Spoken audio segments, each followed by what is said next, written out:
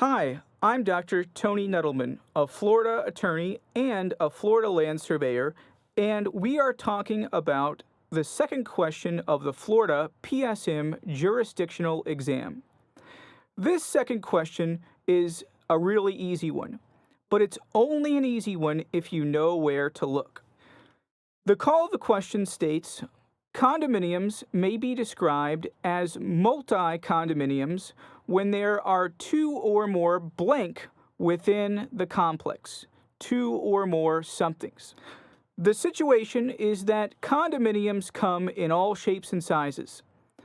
Numbers of floors, numbers of units, numbers of buildings, numbers of owners, different shared spaces, and all of these questions, all of these definitions are contained within a single statute.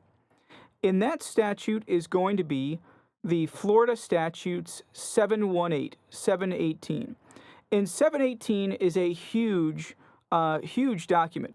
In fact, it's larger than all of the other survey documents you'll have in your packet. But luckily, this sounds like a definition. And we know that definitions in the statutes are in the first few pages of each statute. So we've just read this question. We've only seen it for 15 seconds. And we already know that this is a condominium issue. So we're going to look at 718. And this sounds like a definition. So we're not going to browse through the 300 pages of 718. We're going to go directly to the front page and read all of those definitions. We are so far ahead of this, and it's not even a minute into the question.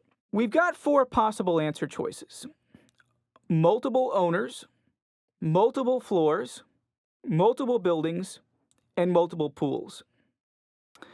If you are any kind of expert or any kind of good test taker, you'll know that whenever you see the answer choices, you should start crossing them off, eliminating the dumb choices so you can find the right answer. And that's why the Florida exam is so difficult sometimes, because you really have no clue which one of these answers could be right and which ones are the detractors. Because it's not about common sense, there's no math involved, it's simply reading the statute. And in order to pass the jurisdictional exam, you have to be an expert at the different statutes. When someone says condo, you think 718. When someone says surveyor negligence or minimum standards, you should think of 5J17. When you think of how many board members there are, go to 472. And in order to get ready for this Florida exam, someone has to tell you a topic about Florida surveying. You snap your fingers and you know exactly what statute to go to. That's the kind of skill you need to pass this exam. So let's continue on and let's look at 718 and do our best to find out where this answer really is. Our questions ask about multi-condominiums. Well, guess what? 20 lines in to 718, so 2 pages in to a 200-page document, we found it.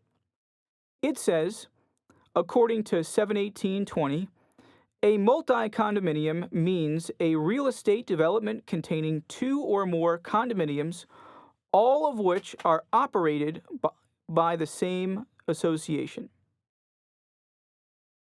It says a multi-condominium means a real estate development containing 2 or more condominiums, all of which are operated by the same association.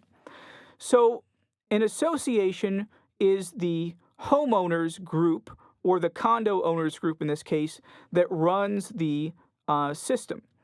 And an association is built using a simple covenant and bylaws. And if that group of people runs 2 or more buildings, they are operating a multi-condominium. And that's our answer. So going back to our 4 choices, we found out that a multi-condominium means 2 or more buildings. And since we know that, we fill in answer choice C and move on to the next problem. If you'd like to get ready for the Florida PSM exam, jump on cnedelman.net/FLPSM. Check out fully online review courses, hard copy practice exams, and more in order to get started preparing for your Florida exam today.